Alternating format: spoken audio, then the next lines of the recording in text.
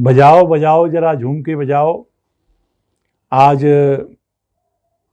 हम एक ऐसी शख्सियत को लेकर के आए हैं जो गोरखपुर के इंडस्ट्रीज़ की आवाज़ हैं।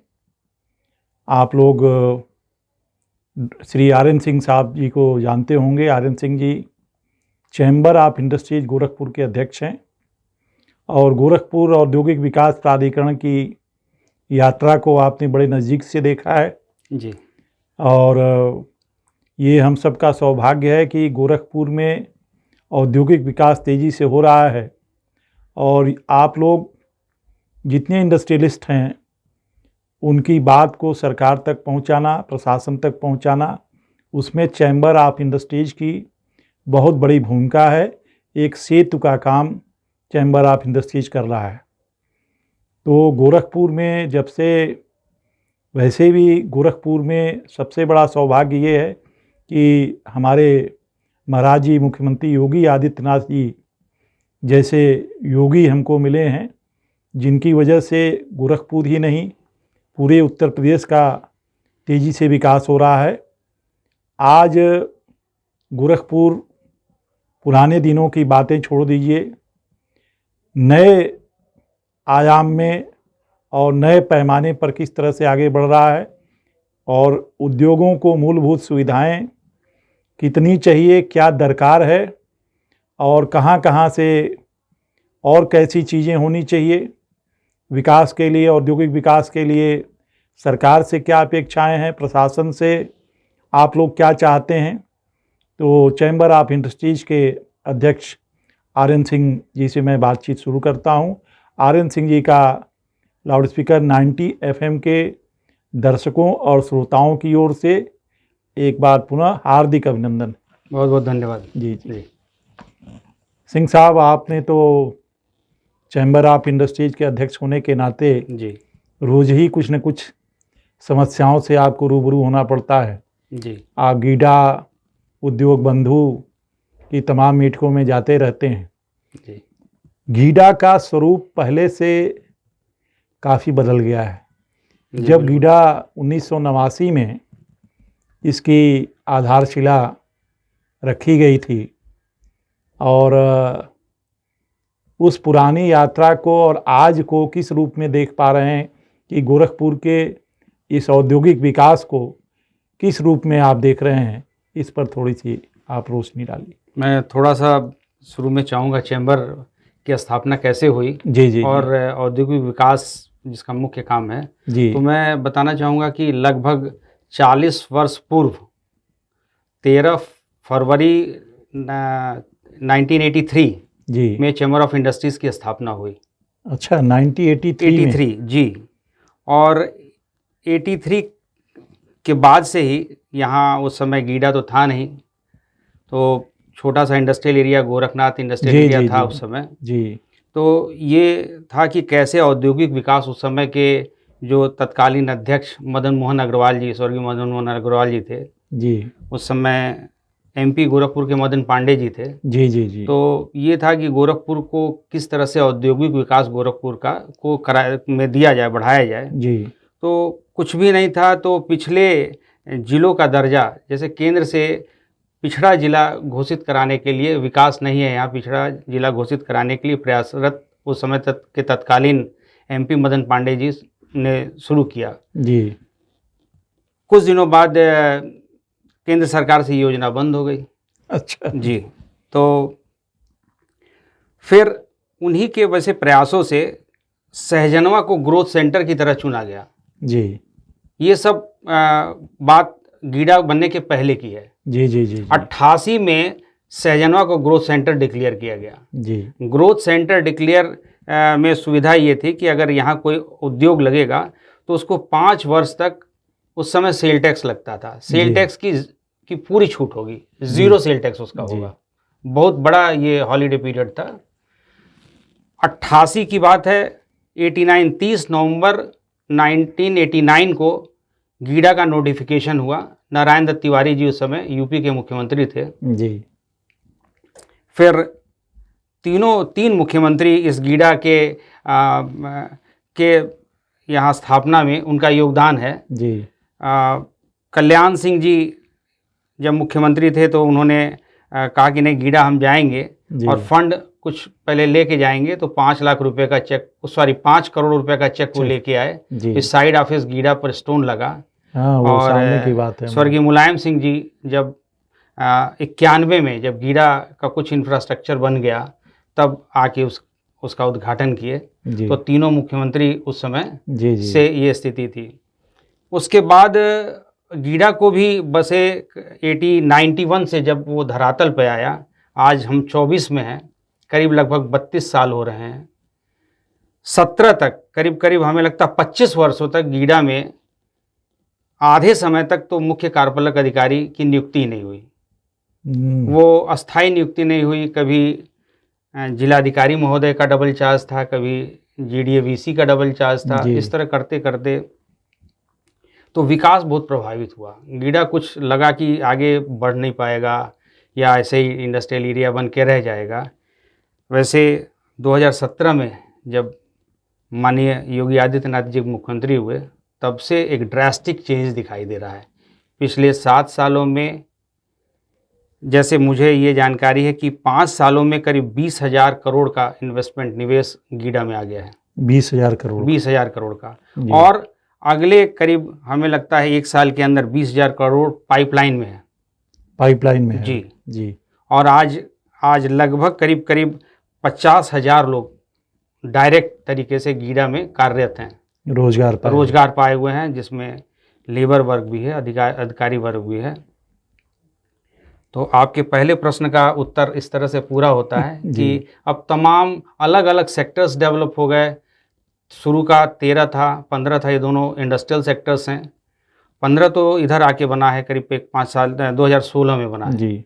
उसके बाद अभी रेडीमेड गारमेंट 28, 29 प्लास्टिक पार्क और बहुत बड़ा डेवलपमेंट आपको जो लिंक एक्सप्रेसवे बन रहा है उसके दोनों तरफ इंडस्ट्रियल कॉरिडोर बना के हो रहा है जी। जिसमें प्लास्टिक पार्क पहला लग गया। आगे अधिग्रहण भी, इस समय गीडा के पास पर्याप्त ज़मीन है।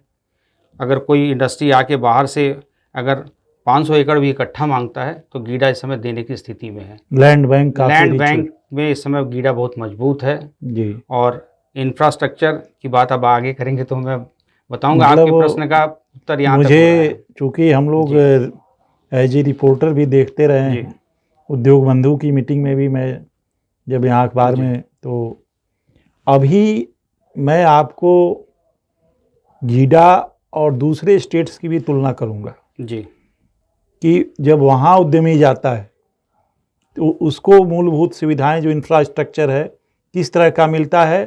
अभी आपका निश्चित रूप से बढ़िया हुआ है, लेकिन और आपकी अपेक्षाएं क्या हैं कि जो हमारे उद्यमी हैं उनको किस तरह की और सुविधाएं मिलें तो और आप लोग बेहतर कर सकते हैं, उत्पादन बेहतर हो सकता है। क्या क्या मूलभूत समस्याएं आ रही हैं वर्तमान में? अभी जो गीडा का लोकेशन है, लोकेशन वाइज गीडा NH 28 पे है, गोरखपुर लखनऊ मार्ग पे है, 4 लेन पे, और कुछ पोर्शन गीडा का NH 27 पे है जो गोरखपुर, बिहार, बंगाल, आसाम जोड़ता है। तो 4 लेन पे बसने के कारण ट्रांसपोर्टेशन की कोई दिक्कत नहीं है जी। बाकी नया लिंक एक्सप्रेसवे तैयार है जो हमें लगता है कि अगले महीने, 1 महीने के अंदर शुरू हो जाएगा। उस पर भी गीडा का विस्तार हो रहा है। मतलब तीन तरफ से गीडा 4 लेन से जुड़ा हुआ है, तो ट्रांसपोर्टेशन की कोई दिक्कत नहीं है। जहाँ तक निवेशकों, बिजली की क्या स्थिति है? शानदार साहब, बिजली एकदम, क्योंकि पहले तो बहुत दिक्कत थी। पहले उस समय कुछ जनरेशन भी कम था यूपी गवर्नमेंट के पास। इस समय अब जनरेशन, उसके बाद ग्रीन एनर्जी के कारण जो सोलर एनर्जी लोग इंडस्ट्री में लगा रहे हैं, बाकी जितनी भी इस समय शराब, अल्कोहल मिल लग रही है, बाकी शुगर मिल लग रही है, सबके पास अपना जनरेशन है। स्टील इंडस्ट्रीज़ लग रही है, सबके पास अपना जनरेशन है। तो जनरेशन की पावर की पोजीशन बहुत बेटर है गीडा में इस समय। नो कट, बिल्कुल कोई कट नहीं है और बहुत बेहतरीन पावर है। हम लोग बहुत संतुष्ट हैं उससे। जी जी जी जी। तो ये माना जाए कि इस समय चैम्बर ऑफ इंडस्ट्रीज के पास कुछ उठाने के लिए कुछ मुद्दा नहीं है? नहीं, ऐसा नहीं है। हमेशा आगे की सोच और बेटरमेंट के लिए सोचना चाहिए। जी जी। मुझे आज भी दो चार जो प्रमुख मांगे हैं अभी हम आपके सामने बता देते हैं। जी। अब आगे तेजी से काम हो रहा है, उद्योग लग रहे हैं, करीब 1000 उद्योग इस समय कार्यरत हैं यहाँ। जी जी जी। और यहाँ से एक्सपोर्ट का भी काम हो रहा है, काफ़ी यूनिट्स कर रही हैं। अब उनको कानपुर जाना पड़ता है, मटेरियल भेजना पड़ता है, ड्राई पोर्ट यहाँ कहीं नहीं है। जी। तो ड्राई पोर्ट के लिए एक मांग चल रही है काफ़ी दिनों से। जी। ड्राई पोर्ट हो जाने के बाद सुविधा बढ़ जाएगी। अब उसमें है क्या कि अगर हमें पूरा कंटेनर लेना है तभी हम मटेरियल भेज सकते हैं, नहीं तो हमें महंगा पड़ता है। यहाँ अगर ड्राई पोर्ट हो जाएगा तो छोटे छोटे निवेशक भी अपना माल, जैसे ODOP यहाँ है तो उसमें छोटी छोटी यूनिटें लगी हुई हैं, टेराकोटा की यूनिटें हैं जिसका तमाम दुनिया भर में डिमांड है, रेडीमेड गारमेंट हैं, तो वो पूरा आपका कंटेनर नहीं ले पाती हैं। पार्ट कंटेनर भी, पार्ट भी सामान भेजना हो तो ड्राई पोर्ट के बाद ये सुविधा बढ़ जाएगी। जी। दूसरा, यहाँ कोई टेस्टिंग लैब नहीं है। टेस्टिंग लैब नहीं। जी, प्रयोगशाला नहीं है। जी। और हम लोग काफ़ी दिन से इस पे लगे हुए हैं। MSME विभाग इस पे अपना सर्वे भी कर लिया है और अभी कुछ एक हफ्ते पहले की बैठक में, 1 तारीख की बैठक थी मंडलायुक्त महोदय की, उसमें ये कंफर्म किया गया गीडा की तरफ से कि अगर उनकी तरफ से कोई प्रस्ताव आता है तो हम निःशुल्क लैंड देंगे लैब के लिए। अच्छा। आके वो सर्वे कर लिए हैं, क्या टेस्ट होगा यहाँ, उसमें 2-3 आइटम उन्होंने सेलेक्ट किया है। एक तो मेटल के लिए किया है और ऑयल के लिए किया है, ऑयल और कुछ टेक्सटाइल वगैरह के लिए किया है। तो उनका सर्वे वगैरह का काम पूरा हो गया है। आने वाले दिनों में बहुत जल्दी भी हमें लगता है कि टेस्टिंग लैब MSME डिपार्टमेंट का अपना, जी जी जी, तो माइक्रो स्मॉल मीडियम डिपार्टमेंट का एक यहाँ लैब हो जाएगा, उसके बनने से काफ़ी सुविधा होगी। हाँ, और तीसरा एक जो अभी प्रमुख समस्या दिखाई दे रही है, जैसे जो NH-28 है गोरखपुर लखनऊ हाईवे, जी 0 पॉइंट से लेके आगे सहजनवा तक हमारे सारे कट्स बंद कर दिए गए, कोई कट खुला नहीं हुआ है। अब हमें गोरखपुर आने के लिए सहजनवा तक चक्कर लगाना पड़ता है, भीड़ भाड़ हो जाती है। उसके पीछे भी कारण बता दें हम कि एक ट्रांसपोर्ट नगर चौराहे पे बहुत रश हो जाया करता था। गाड़ियाँ इधर से IGL से निकल के ट्रांसपोर्ट नगर जाती थी तो रास्ता बंद हो जाता था, लंबे लंबे जाम लग जाते थे। तो लखनऊ तक ये बात गई तो कट बंद कर दिए गए। अब और एक्सीडेंट भी होते थे, वो एक्सीडेंट वगैरह तो सब कम हो गए। वैसे अब हम लोगों की ये डिमांड है कि जहाँ से गीडा शुरू होता है, अगर हम जब लखनऊ की तरफ से आते हैं मगहर से हम लोगों की ये डिमांड है कि 4 लेन बाईपास एक बनाया जाए। जी। मगहर से वो सहजनवा के पीछे से सेक्टर 26 जो रेडीमेड गारमेंट बना हुआ है और क्यान इंडस्ट्री जो शराब वाली लग रही है, उसके पीछे से होते हुए सहजनवा के पीछे से सेक्टर 13-15 के पीछे से होते हुए तेनुआ टोल प्लाजा के पहले आके मिल जाए। जी जी जी। ये सारी ज़मीनें गीडा की हैं, अधिग्रहण में भी कोई दिक्कत नहीं है। ये अगर एक हमको नया लिंक 4 लेन मिल जाता है तो ये रोड हमारी खाली हो जाएगी। बिहार, बंगाल, आसाम, लखनऊ सारी गाड़ियां उस पर मूव कर जाएंगी, तो हमारा ये रोड खाली हो जाएगा, कटवट खुल जाएंगे। एक लंबा प्रोसेस है। वैसे माननीय मुख्यमंत्री जी के भी संज्ञान में हम लोगों ने दे दिया है और इसको सांसद जी के माध्यम से गडकरी जी को देने की योजना है। तो समय तो लगेगा, ये काम अगर हो जाता है तो आगे गीडा का विकास भी उसी पे ट्रांसपोर्ट नगर और तमाम योजनाएं उस पर भी शुरू कर सकते हैं। ये इस समय 3 डिमांड, और एक डिमांड गीडा से हम लोगों ने और भी किया था कि हर साल 30 नवंबर को गीडा अपना स्थापना दिवस मनाता है, तो उसमें वो टेंट सामियाना लगा के अपने उत्पादों के लिए प्रदर्शनी वगैरह लगाता है। गीडा के पास जगह है ही है, वो एक परमानेंट अपना इस तरह का एक हॉल बना दे जिसमें प्रदर्शनी वगैरह लगी रहे, जैसे दिल्ली में प्रगति मैदान में है, पूरे साल कुछ ना कुछ लगा रहता है। बहुत अच्छा सुझाव है। तो ये सुझाव अभी उनके बोर्ड से पास होना है, तो ये एक चीज़ रह गया है। शुरू में जैसे गीडा की स्थापना के पीछे चैम्बर का कितना महत्वपूर्ण योगदान है, ये भी बताना चाहते हैं। जी जी जी। 83 में चैम्बर ऑफ इंडस्ट्रीज़ की स्थापना हुई, उसके बाद ग्रोथ सेंटर के बारे में हमने बताया ही। 84 में इस प्रयास के कड़ी में चैम्बर ऑफ इंडस्ट्रीज़ के उस समय सेक्रेटरी SK अग्रवाल जी थे। SK अग्रवाल जी बहुत लंबे समय तक जी, और उस समय संयुक्त निदेशक उद्योग joint director of industries Manoj Kumar ji थे। जी जी जी। IS जो बाद में निर्वाचन आयोग में भी जानता हूँ मैं, बनारस के कमिश्नर थे। और लखनऊ के डायरेक्टर इंडस्ट्रीज़, इन 3 लोगों की टीम जो है नासिक गई। अच्छा। नासिक जाके, उस समय नासिक काफ़ी डेवलप था इंडस्ट्री, आज भी बहुत बेटर है जी, कि वो किस मॉडल पे डेवलपमेंट उसका हुआ है। और ये तीनों लोगों की कमेटी बनी और ये लोग आए वहाँ से देख के, उसके बाद अपनी रिपोर्ट इन्होंने शासन को सौंपा और वहीं से गीडा का 84 में, ये 87 में गए थे। जी, जी। 87 में गए, फिर शासन से 88 में ये हुआ कि गीडा की स्थापना जी, कहाँ की जाएगी, इस बात को भी लेके थोड़ा विवाद था। जी। वैसे अंततः गीडा सहजनवा में बना। जब ग्रोथ सेंटर बन गया तो ये हुआ नहीं, सहजनवा इसके लिए बेटर स्थान होगा, जी। और सहजनवा में बना। तो चैम्बर ऑफ इंडस्ट्रीज़ का गीडा की स्थापना में बहुत महत्वपूर्ण योगदान है। उसके बाद ये फिर शासन से आया कि साहब गीडा तो बन जाएगा, इंडस्ट्री कैसे लगेगी, आप लोग कुछ एप्लीकेशन मंगाइए। मुझे अच्छी तरह से याद है, 400 एप्लीकेशन चैम्बर ऑफ इंडस्ट्रीज़ यहाँ के उद्यमियों से, लोगों को उद्योग लगाने के लिए, आगे आने के लिए, जी, जी, जी। ये एप्लीकेशन लेके 400 एप्लीकेशन हम लोगों ने इकट्ठा किया जी। और उस एप्लीकेशन के आधार पर लगा कि हाँ ठीक है साहब, यहाँ उद्योग लगेंगे। जी। और यहाँ गीडा की धीरे धीरे स्थापना हुई। शुरू में बहुत विरोध हुआ, गांव वगैरह से भी जगह आंदोलन चला, नालियाँ बंद कर दी जाती थी। हमारी पहली इकाई थी, तो हमें तो उस समय सब कुछ झेला हुआ है हमने। तो पानी बहने के लिए नाली बंद कर देते थे, आमी में पानी नहीं आता तो फैक्ट्री में पानी वापस आने लगता था। पत्थरबाजी करते थे, तो वो सब तो अब दिन खत्म हो गया। और अब कोई कानून व्यवस्था की समस्या तो मुझे लगता रही कोई नहीं।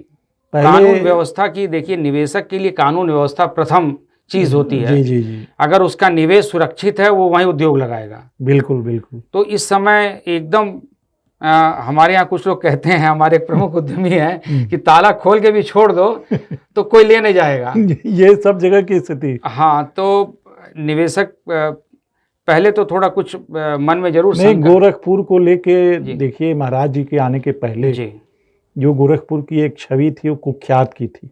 हाँ, बिल्कुल। और यहाँ लोग इतना ड्रास्टिक चेंज है। हाँ। कि हम लोग बाहर जाते हैं तो कोई टैक्सी वाला अगर कोई मिलता है, पूछता है भैया कहाँ से आए, गोरखपुर से, तो उसका एकदम रवैया बदल जाता है। बिल्कुल। वो एकदम अटेंशन में जाता है, अरे आप तो योगी जी के शहर के हैं। मतलब उसको लगता है कि योगी जी यही हैं। और उसका मतलब नजरिया और उसका रिस्पेक्ट बढ़ जाता है यहाँ के प्रति। तो ये एक बहुत बड़ी कामयाबी है, जो इस चेंज, जो इस तरह एक जो छवि पहले हमारे यहाँ गैंगवार की थी बहुत पहले, यहाँ बहुत सारे क्रिमिनल्स से हम लोगों ने तो देखा है कि गोरखपुर में एक दिन 8-8, 10-10 मर्डर हुए। हाँ, बिल्कुल गैंगवार होता था। और मैं फला का आदमी हूँ, मैं फला का आदमी हूँ, व्यवसायियों को जाके नहीं। उसके बाद भी अभी इधर भी हमने देखा, योगी जी के पहले भी तमाम जमीन कब्जा और इधर इतनी ज्यादा लॉलेसनेस थी, गुंडागर्दी, वो सब बिल्कुल खत्म हो गई है। कोई आपसे कुछ लेने वाला नहीं है साहब। मुझे ज्ञान जो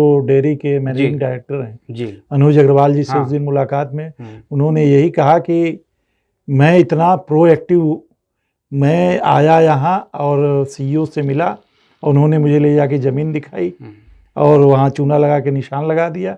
ऑफिस में बैठा, मैंने चेक दिया और तुरंत ज़मीन हमारी हो गई। और मैं अभी इसको खोलने की तैयारी कर रहा था, तब तक आ गया कि सीईओ का की फ़ोन की मुख्यमंत्री जी महाराज जी जो है उसका उद्घाटन। तो नहीं, हम यहाँ गीडा को भी देखिए कहना चाहेंगे, एक संदेश देना चाहेंगे जी कि निवेशक अपना निवेश करने के बाद किसी भी तरीके से ऑफिस के चक्कर ना लगाएं। बिल्कुल, बिल्कुल। ये बहुत, अगर हमसे कोई फ़ोन करके कहता है कि सर मेरा काम ये रुका हुआ है, 1 महीने से मेरी एनओसी नहीं मिल रही है, 1 महीने, मुझे बड़ा कष्ट होता है। आप लोग डे टू डे जो वर्किंग है आपकी, जैसे आपके पास तो लोगों की प्रॉब्लम आती है। बिल्कुल आती है। तो ये जो लाल फीताशाही एक शब्द आता था, लाल फीताशाही, इस पे कुछ लगाम लगा है कि नहीं लगा है? नहीं, लाल फीताशाही में देखिए पूरी तरह से लगाम नहीं लगा है ना? कुछ लगा है, वैसे पूरी तरह से मनमानी। अरे निवेशक को तो आपको दोनों हाथ से लेना चाहिए। बिल्कुल, बिल्कुल, बिल्कुल, उनका स्वागत करना चाहिए। देखिए आज हमारे यहाँ क्या है कि हमारे आवंटन के बाद मुझे 2 साल में उद्योग लगाना, अगर हम नहीं लगाते हैं तो समय विस्तार लग जाता है, पेनाल्टी लगती है। तो हमें 2 साल का जो समय है, पर मतलब हर काम हमारा जो टाइम हमारा निर्धारित है, हमारे जैसे हम लैंड लिए, हमारी रजिस्ट्री का समय, हमारे पोजीशन का समय, पोजीशन के बाद फिर हमारे मैप पास का समय, एनओसी फायर का, बाकी का समय सब निर्धारित है, तो उस काम समय के अंदर होना चाहिए। अगर नहीं है तो उसकी जिम्मेदारी तय होनी चाहिए उस अधिकारी की। हम एक काम के लिए क्यों ऑफिस के चक्कर लगाएंगे? ये जो ईज ऑफ डूइंग बिजनेस है जिसे हम कहते हैं, इसमें अभी गीडा को सुधार की आवश्यकता है। बहुत आपने, मैं यही सुनना चाहता था, क्योंकि ये मुख्यमंत्री जी का शहर है और अभी भी उद्यमी है जो परेशान हो रहे हैं। ये परेशान हो रहे हैं मुझे क्योंकि मुझे कहते कोई संकोच नहीं हो रहा है, क्योंकि मैं डेली फेस करता हूँ। लोग कहते हैं कि साहब नहीं है, मैं किसी एक व्यक्ति का मान लीजिए पैरवी करके कह के किसी कोई काम करा दिया, मैं उसको चाहता नहीं हूँ। मैं चाहता हूँ सिस्टम सही हो। जी जी जी। जो नए निवेशक आते हैं वो तो हमारे पास नहीं पहुंच पाएंगे। जी जी जी। सिस्टम आपका सही होगा तो वो काम, उनको कहीं जाना नहीं पड़ेगा। 7 डेज अगर कोई चीज फिक्स है किसी काम के लिए, एनओसी के लिए, तो 7वें दिन मिल जाना चाहिए। वो क्यों 1 महीना परेशान होगा? जी जी जी जी। इस बात के लिए गीडा में सुधार की आवश्यकता है अभी। जी जी जी। फिलहाल बिल्कुल बिल्कुल। तो एक सवाल आपसे जुड़ा हुआ है। आप मूलतः गाजीपुर के रहने वाले हैं। जी जी। और गोरखपुर को आपने अपनी कर्मभूमि बनाया। जी। आपके पिताजी रेलवे में अधिकारी रहे। जी। SN सिंह साहब। जी जी। तो RN सिंह जी एक परंपरागत राजपूत परिवार के हो करके, जी, और कैसे इंडस्ट्री की ओर रुझान हुई आपकी? जैसे मेरा मेन काम, मैं कई प्रोडक्ट बनाता हूँ हार्डवेयर के। जी। वेल्डिंग इलेक्ट्रोड हमारा मेन काम है। जी। और मैं फास्टनर्स का काम करता हूँ, नट बोल्ट्स बनाता हूँ, कुछ रेलवेज के कैरेज इन वैगन का काम करता हूँ। जी। तो घर में अंकल ट्रेडिंग करते थे वेल्डिंग इलेक्ट्रोड का। यहाँ कहीं माल नहीं मिलता था। जी। गुजरात से लाना पड़ता था उस समय। जी जी जी। तो कोवे आर की एक फैक्ट्री थी। तो मुझे मतलब मेरे दिमाग में इस तरीके से फीड हुआ कि इंजीनियरिंग करने के बाद मुझे वेल्डिंग इलेक्ट्रोड की इंडस्ट्री लगानी है। जी। और बस मैं 91 में पास आउट हुआ। जी। 91 में गीडा बस रफ्तार शुरू था। मैंने आवंटन लिया और मेरी इंडस्ट्री 95 में लग गई थी। गीडा की पहली इकाई थी। जी। अभी आपको बताया भी कि 30 नवंबर को माननीय मुख्यमंत्री इसलिए सम्मानित भी किए कि अभी तक उस समय की यूनिट और आज भी चल रही है। पहली यूनिट है। पहली यूनिट। जी जी जी। इसलिए गीडा की एक्टिविटीज से बहुत नज़दीक से हम जुड़े हुए हैं। कितने लोग आपके यहाँ रोजगार पाए हुए हैं? हमारे यहाँ एक यूनिट में 25 लोग हैं। जी जी। और एक में 28 लोग हैं। जी जी जी। मार्केटिंग वगैरह छोड़ के। अब क्या RN सिंह जी के आंखों में क्या सपना चल रहा है कि इंडस्ट्री के लिए क्या करना है? अब देखिए, मुझे तो ये लगता है, मैं तो ये कहना चाहूँगा कि सरकारी रोजगार के पीछे पढ़े लिखे लड़के ना भागें। जी। नौकरी करने वाला नहीं, नौकरी देने वाला होना चाहिए। जी। सरकार की तरफ से तमाम ऐसी योजनाएं हैं, हमें लगता है या तो उसकी जानकारी नहीं है सबको, इसको और प्रचार प्रसार करना चाहिए। जी। स्टार्टअप है ही है। जी। स्टार्टअप के साथ साथ हमारे जो इंडस्ट्री ऑफिस हैं हर डिस्ट्रिक्ट में, उसमें PMEGP की स्कीम एक है जिसमें 50 लाख रुपए तक के फाइनेंस बिना कोलेटरल के मिल रहे हैं। जी। और उसमें 35% महिला के लिए और 25% जेंट्स के लिए सब्सिडीज है। बिल्कुल। वो पहले से एलोकेट हो जाता है। जी जी जी। तो उस तरह से छोटे पूंजी से भी काम शुरू कर सकते हैं लोग। इंडस्ट्री में आए, अपना स्वयं रोजगार करें और 10 लोगों को रोजगार दें। तभी हम जो यहाँ माननीय प्रधानमंत्री जी की जो है कि हमको 5वें से तीसरे अर्थव्यवस्था पे कन्वर्ट होना है, उसमें यूपी को का बहुत बड़ा योगदान है। जी जी जी। और हम थोड़ा थोड़ा कंट्रीब्यूट करके करेंगे तभी तो आगे जाएंगे। ये यूपी का जो 1 ट्रिलियन का की योजना है, उसमें हम उसको साकार कर पाएंगे। बिल्कुल बिल्कुल। तो बहुत अच्छा लगा और आपने चैम्बर की ओर से बहुत सारी जानकारी दी और नए जो हमारे यंगस्टर्स हैं उनको भी उद्योग लगाने के लिए आपने प्रेरित किया। तो एक बार फिर हम आपको अपने लाउड स्पीकर 90 FM के दर्शकों और श्रोताओं की ओर से बहुत बहुत आभार, बहुत बहुत धन्यवाद, बहुत बहुत सारा धन्यवाद जी। नमस्ते।